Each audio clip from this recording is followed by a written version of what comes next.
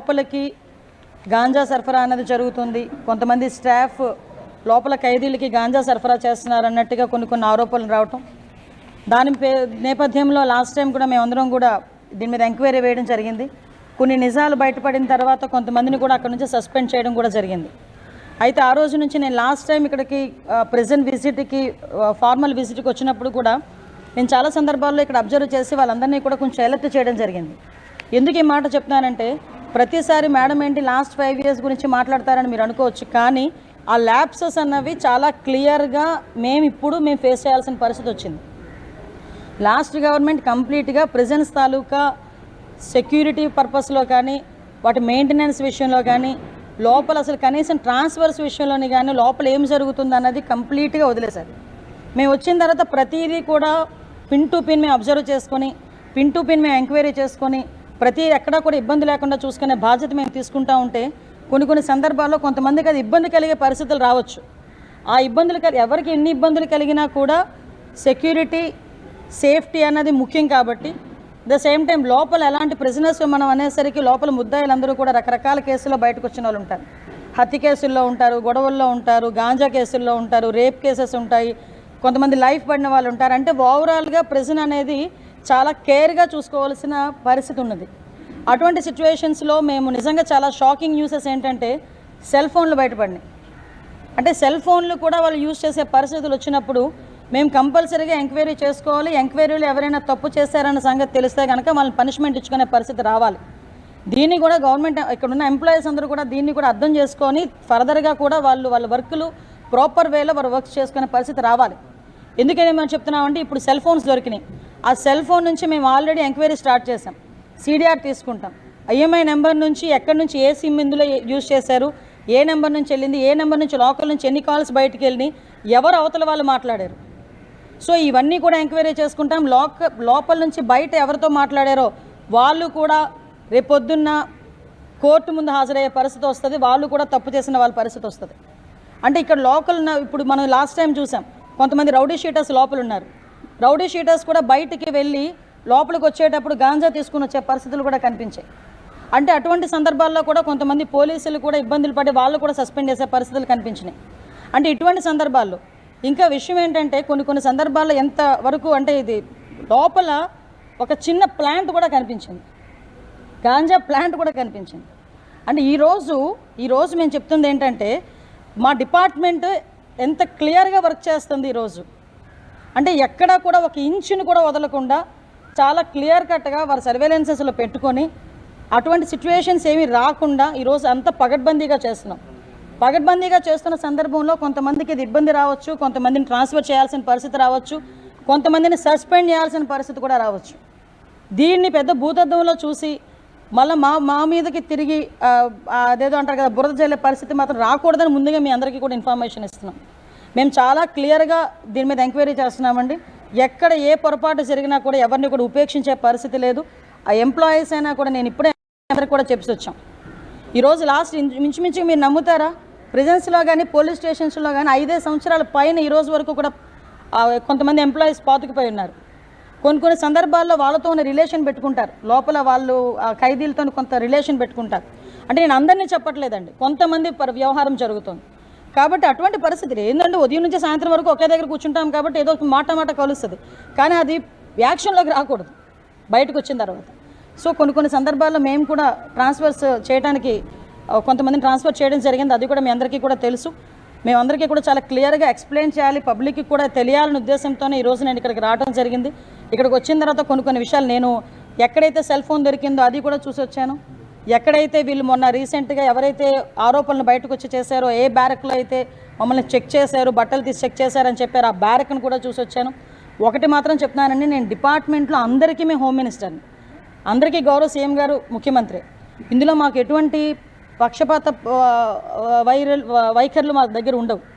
అందరూ మా కుటుంబ సభ్యులే, కానీ తప్పు చేస్తే ఎవరినైనా పనిష్ చేస్తాం. అందరూ మా కుటుంబ సభ్యులే, కానీ తప్పు చేస్తే ఎవరినైనా పనిష్ చేస్తాం.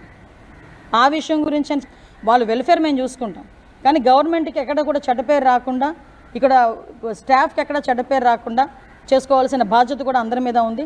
దయచేసి మీరందరూ కూడా సహకరించాల్సిందిగా కోరుకుంటున్నా. మా పత్రికా సోదరులకు కూడా మీ అందరికీ కూడా ఒకటే విన్నపం, ఏం జరిగిందన్నది మీకు క్లియర్గా మేము ఎక్స్ప్లెయిన్ కూడా చేస్తాం, ప్రతి ఒక్క విషయాన్ని ఎక్స్ప్లెయిన్ చేస్తున్నాం పబ్లిక్, ఎందుకంటే మీరే ప్రజలకి మాకు ప్రభుత్వానికి మధ్యలో ఉన్న వారధులు. మీ దగ్గర మీకైనా క్లియర్గా ఇన్ఫర్మేషన్ ఇవ్వాలి కాబట్టి ఈరోజు ఇక్కడ ఒకసారి చూసి మీతో మాట్లాడడం జరిగింది.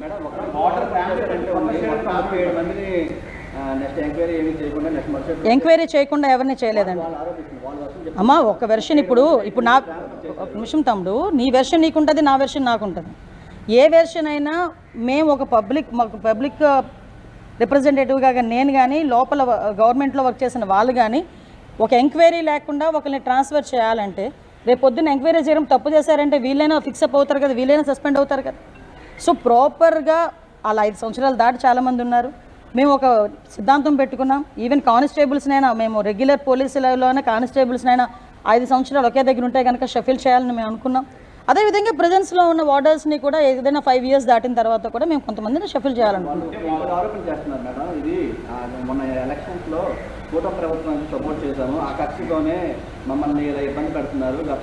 కూటమి ప్రభుత్వంలో సపోర్ట్ చేసిన వాళ్ళు ఓకే. నేను ఈరోజు కూటమి ప్రభుత్వం తాలూకా హోమ్ మినిస్టర్నే కదా, కూటమి ప్రభుత్వం తాలూకా సీఎంఏ కదా ఈరోజు ఉన్నారు, కూటమి ప్రభుత్వం తాలూకా డిప్యూటీ సీఎంఏ కదా ఈరోజు ఉన్నారు. నేను అది కాదండి, నేనేమంటున్నానండి, ఈరోజు మేము ఎవరిని సస్పెండ్ చేయలేదే, ట్రాన్స్ఫర్ చేశారు. ట్రాన్స్ఫర్ కూడా ఇప్పుడు కొంతమంది మన పరిస్థితి ఏంటంటే అదే చెప్తాను. యూనిఫామ్ సర్వీస్లో మనం ఉంటాం. యూనిఫామ్ సర్వీస్లో ఉండేటప్పుడు ఎప్పుడు కూడా ఈవెన్ ఒక గవర్నమెంట్ ఎంప్లాయీ బంద్ ఏర్పాటు చేశారండి. గవర్నమెంట్ ఎంప్లాయీ ఆఫీస్కి వచ్చి సంతకం పెడతాడా పెట్టడా? బందుల్లో కానీ ధర్నాల్లో కానీ గవర్నమెంట్ ఎంప్లాయీ అన్నవాడు ఎప్పుడు కూడా పార్టిసిపేట్ చేయకూడదు, ఇది rule. At the same time అంతకు మించి ఒక స్టెప్ ఫార్వర్డ్ అయితే యూనిఫామ్ జాబ్ చేసే వాళ్ళు ఎవరు కూడా ధర్నాలు అవి చేయకూడదు. ఆ రోజు జరిగిన సిచ్యువేషన్స్ వేరు, వాట్ ఎవర్ ఇట్ మేబీ. ఇప్పుడు ఆ ఎపిసోడ్ అయితే క్లోజ్ అయింది.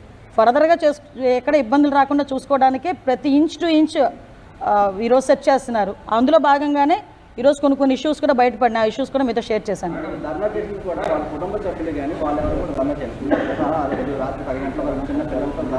అమ్మ వాళ్ళ ఎవరికి కూడా అన్యాయం జరగదు. ఒకటి విషయం చెప్తున్నానమ్మా, ఎవరికి తప్పు చేయకుండా అన్యాయం జరగదు. తప్పు చేస్తే ఎవరిని ఉపేక్షించే పరిస్థితి లేదు. ఈరోజు కాకపోతే రేపు అయినా ఇన్ఫర్మేషన్ బయటకు వస్తుంది కదా. ఈరోజు సెల్ ఫోన్లు దొరికినాయి, చెప్పాను ఒక ప్లాంట్ దొరికింది, లోపల ఒక మొక్క దొరికింది, గాంజా మొక్క దొరికింది. ఈరోజు కొన్ని సందర్భాల్లో మా ఎంక్వైరీలో మాకు కూడా కొన్ని ఇష్యూస్ బయటపడుతున్నాయి.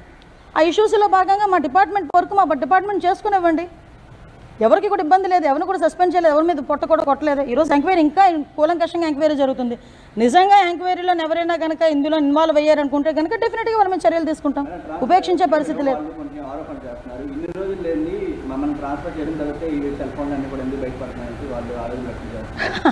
ఇప్పుడు సూపరింటెండెంట్ మారే, లాస్ట్ సూపరింటెండెంట్ సస్పెండ్ అయ్యారు, ఆ సంగతి మీకు తెలుసా? లాస్ట్ సూపరింటెండెంట్ సస్పెండ్ అయ్యారు, ఈరోజు కొత్త సూపరింటెండెంట్ వచ్చారు. కొత్త సూపరింటెండెంట్ ఈరోజు మొత్తం ప్రెజెంట్ అంతా కూడా సెర్చ్ చేస్తున్నారు. సెర్చ్ చేసిన తర్వాత ఎక్కడెక్కడ ఏంటి ఉన్నాయని చెప్పేసి ఈరోజు తీసుకుంటున్నాం. టెక్నాలజీని కూడా బేస్ చేసుకుంటున్నాం ఈరోజు. అదే నాకు అర్థం కానిది ఏంటంటే, తప్పు చేసినట్టు ఈరోజు భయపడాల్సిన అవసరం ఉంది, ఎవరు తప్పు చేసినా, ఎందుకంటే టెక్నాలజీ అంతకు మించి ఉంది ఈరోజు పట్టుకునే విధంగా.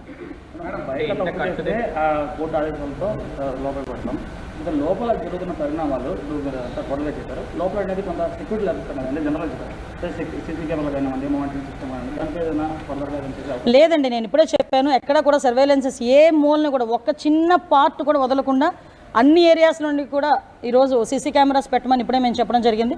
వితిన్ 10 daysలో మొత్తం మానిటరింగ్ అంత మాకు కమాండ్ కంట్రోల్ రూమ్లో, సూపరింటెండెంట్ రూమ్లో ఎవ్రీథింగ్ ఏ మూలలో చూసినా కూడా ప్రెజెంట్ కనిపించేటట్టుగా మేము ఈరోజు సీసీ కెమెరాస్ పెట్టడానికి కూడా సిద్ధపడ్డాం. కొంతమందిని ఇక్కడ నుంచి రాజమండ్రి షిఫ్ట్ చేయడానికి కూడా ఇప్పుడే ప్రపోజల్ కూడా వెళ్ళిందండి. ఇంచుమించు ఇక్కడ నుంచి ఒక 200 మంది లైఫర్స్ ఎవరైతే ఉన్నారో వాళ్ళని రాజమండ్రి షిఫ్ట్ చేస్తాం. సిబ్బంది కొరత ఉంది.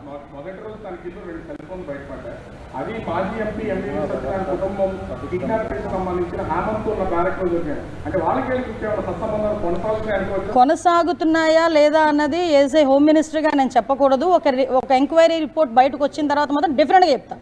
ఎందుకంటే ఈరోజు అవి తెలిసిన తర్వాత వాళ్ళందరినీ కూడా తీసుకెళ్ళి వేరే చోటకి షిఫ్ట్ చేసి వాళ్ళందరికీ కూడా పగడ్బందీగా సెక్యూరిటీ వేరేగా ఈరోజు అరేంజ్ చేయడం జరిగింది వాళ్ళందరినీ కూడా. నేనేమంటానంటే, ఇప్పుడు ఎవరు మాట్లాడారు, ఎవరితో మాట్లాడారు మొత్తాన్ని బయటకు వస్తాయి, ఎందుకు కంగారు?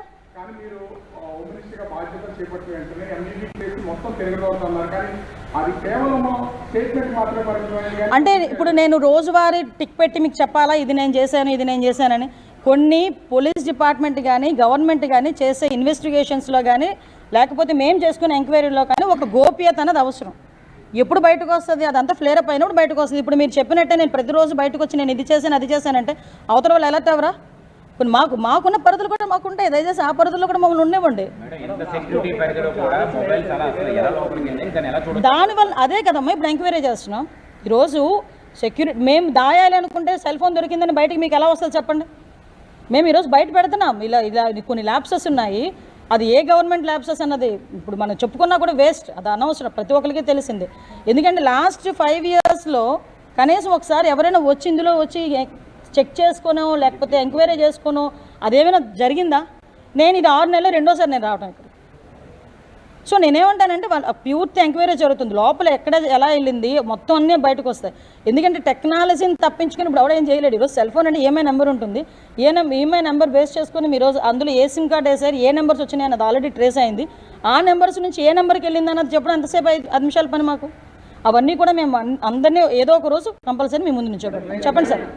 చాలా ఇప్పుడు సూపరింటెండెంట్ డిఐజీ మారారు, ఓకే, ఇంతకుముందు వాళ్ళ హయాంలో జరిగిందన్నారు, మరి కింద స్టాఫ్ అంతా అందుకే కదా మారుస్తున్నాం. అది కాదు మేడం, మొక్క దొరికిందన్నారు, ఆ మొక్క ఎప్పుడు వేసారు? ఇంతకుముందు వేసారా లేదంటే ఇప్పుడు వేసారా? ఇది చిన్న మొక్క బా, మీకు చూపించమన్నా కూడా చూపిస్తాను, పెద్ద విషయం ఏం కాదు, బయట చూపించుకోవాలి. ఎంక్వైరీకి పెద్ద టైం ఏం కాదండి, నాకు మహా అయితే ఒక 10 days 15 daysలో మాకు రిపోర్ట్ వస్తుంది. రిపోర్ట్ వచ్చిన తర్వాత డిపార్ట్మెంట్ వాళ్ళు కూడా చేస్తున్నారు, ఇప్పుడు మా డిపార్ట్మెంట్ వాళ్ళు కూడా చేస్తున్నారు ఎంక్వైరీ చాలా క్లియర్గా. ఎందుకంటే ఇది ఎవడు దాచేది కాదు, దీన్ని అలా కాదండి, దీన్ని దాచేది కాదు, దీన్ని ఎక్కడ కూడా మబ్బి పెట్టలేము, ఏదో మసిపూసి మారడికాయ కూడా చేయలేము, ఎందుకంటే టెక్నాలజీ పెరిగింది. అది సో ఏ మొబైల్ నుంచి ఏ నెంబర్కి వెళ్ళింది ఒకటి మాత్రం క్లియర్, ఇక్కడ లోపల నుంచి ఏ నెంబర్తో మాట్లాడినా కూడా వాడు కూడా శిక్షార్హుడే కదా. సో కాబట్టి ఇందులో ఎంతమంది బయటకు వస్తారు ఆ డాట్స్ అన్ని కనెక్ట్ చేసి మేము ముందు ఉంచుతాం. ఏముంది బస్ సీడ్ ఎంత ఉంటుంది, జేబులో పెట్టుకుని వెళ్తాడు, ఏమైంది ఇప్పుడు బయటకు వస్తున్నారు అంటే నేను ఎందుకు అది చెప్తున్నానంటే ఈరోజు మా వాళ్ళు ఎంత క్లియర్గా అబ్జర్వ్ చేస్తున్నారు, ఎంత క్లియర్గా వాళ్ళ వర్క్ వాళ్ళు చేసుకుంటున్నారని చెప్పడానికి ఎగ్జాంపుల్ చెప్తున్నారు. లోపల ఉన్న వాళ్ళందరూ ఎలాంటి వాళ్ళు, ఇంచుమించు ఎంతమంది ఉన్నారండి గంజాయి కేసులో ఉన్న వాళ్ళు? 1075 members లోపల గంజాయి కేసులో ఉన్న వాళ్ళు ఇంటర్ స్టేట్ వాళ్ళు, ఇంటర్ స్టేట్ ఒరిస్సా నుంచో మహారాష్ట్ర నుంచో వాళ్ళందరూ 1075 మంది ఉన్నారు లోపల. వాళ్ళే ఉన్నారు, నేను లాస్ట్ టైం కూడా చెప్పాను కదా, వాళ్ళే ఉన్నారు 50%. సో ఆటోమేటిక్గా ఇప్పుడు విషయం ఏంటంటే లోపలికి ఎలా వెళ్ళింది అనే కన్నా మేము లోపల గ్రహించామా లేదా అన్నది ఈరోజు మాకు ఇప్పుడు లోపలికి వెళ్ళకుండా చూసుకుంటాం. అలాంటి వాటి మీద మీరు ఎలాంటి చర్యలు తీసుకోబోతున్నారు? ఎక్కడ కూడా స్ట్రీమ్ లైన్ ఏం చేయలేదు. ఈ నిందితుల వలన కరడుగట్టిన నేరస్తులు కూడా ఇబ్బంది వచ్చే అవకాశం, సిబ్బంది తక్కువ ఉన్నారు, వాళ్ళ మీద లేదు కంపల్సరీగా సిబ్బందిని కూడా పెంచుతాము. అవసరమైతే సిబ్బంది రెగ్యులర్ సిబ్బందిని పెట్టాలా, అవుట్సోర్సింగ్ సిబ్బందిని పెట్టాలా, వాట్ ఎవర్ అంటే యూనిఫామ్ జాబ్స్లో మనం అవుట్సోర్సింగ్ పెట్టలేం కాబట్టి రెగ్యులర్ సిబ్బందిని మనం పెట్టుకోవాలి. రెగ్యులర్ సిబ్బందిని ఏ రకంగా వీళ్ళ దగ్గర డిప్యూట్ చేయాలి, వీళ్ళకి ఎలాగ ఆన్బోర్డ్ చేయాలి, టెక్నాలజీని బేస్ చేసుకొని అంటే ప్రతి ఒక్క ఖైదీకి మనం ఒక్కొక్క పోలీసుని మనం పెట్టలేం కాబట్టి టెక్నాలజీని బేస్ చేసుకొని వీళ్ళకి కూడా ఈజీ అయ్యేటట్టుగా సర్వేలెన్సెస్ ఈజీ అయ్యేటట్టుగా మేము చూసుకుంటున్నాం. ఏం వివాదం చెప్పేస్తాను మాట్లాడేస్తాను, నేనే తీసాను, ఇంక దానికి పెద్ద వివాదం ఏముంది? అయ్యా రామచంద్ర మీకు నేను తీసి 10 రోజులు అయింది, మీకు నన్ను తెలిసింది. చంద్రబాబు నాయుడు గారికి నాకు ప్రైవేట్ పిఏ, నేను జీతం ఇచ్చుకుంటున్న అబ్బాయి, ఓకే, విషయం తెలిసింది, తీసి పడేసాం.